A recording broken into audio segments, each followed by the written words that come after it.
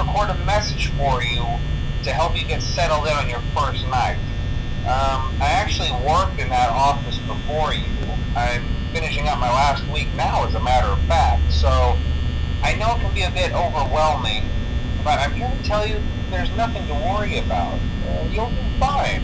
So let's just focus on getting you through your first week, okay? Let's see. First, there's an introductory greeting from the company that I'm supposed to read. It's kind of a legal thing, you know.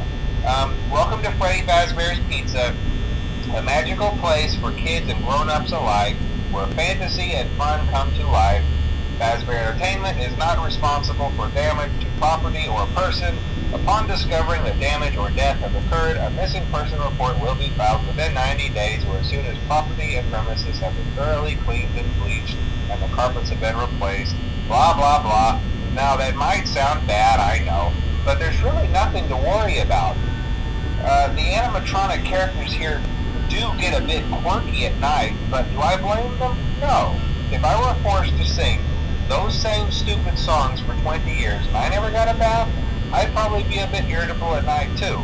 So remember, these characters hold a special place in the hearts of children and we need to show them a little respect, right? Okay. So just be aware, the characters do tend to wander a bit. They're left in some kind of free roaming mode at night. Something about their servos locking up if they get turned off for too long. They used to be allowed to walk around during the day too, but then there was the bite of 87.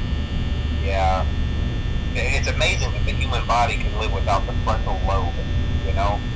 Now, concerning your safety, the only real risk to you as a night watchman here, if any, is the fact that these characters, if they happen to see you after hours, probably won't recognize you as a person. They'll most likely see you as a metal endoskeleton without its costume on. Now, since that's against the rules here at Freddy Fazbear's Pizza, they'll probably try to forcefully stuff you inside a Freddy Fazbear suit.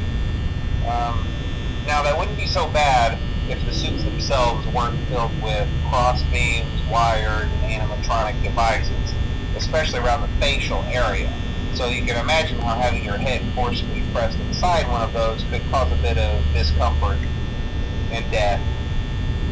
The only parts of you that would likely see the light of day again would be your eyeballs and teeth that pop out the front of the mask. Yeah, they don't tell you these things when you sign up. But hey, first station of the breeze. I'll chat with you tomorrow. Check those cameras and remember to close the doors only if absolutely necessary. Gotta conserve power. Alright, good night.